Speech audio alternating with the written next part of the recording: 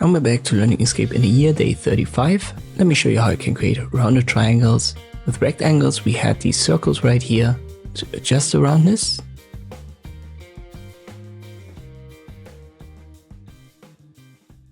But for triangles, when we use the polygon tool, 3 corners, and left click drag and hold Control, you can see there is no circle. There's only this diamond that you can use to transform it, and the X that you can use to drag it around. And when you activate the selection tool, you can only left click here again and then rotate it. Below it is the nodes tool. When you activate that, you can also not see a circle. So how can we do it? Let me create another triangle. I activate the selection tool.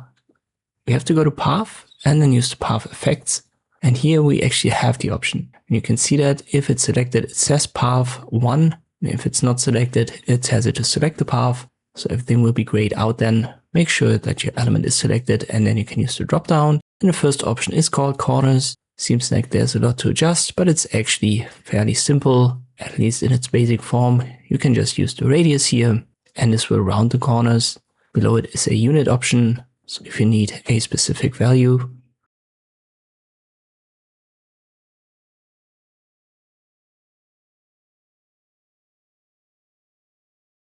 and if you activate the nodes tool that I've briefly mentioned earlier, you can now see these circles. And actually every corner now has one, so you can even adjust the corners individually, make one a little bit more round, maybe one doesn't have a roundness at all. But if you want to have all corners to have the same size, the same roundness, just use the radius here. That's the easiest way to do it. Don't worry about the other functions here of the corners option.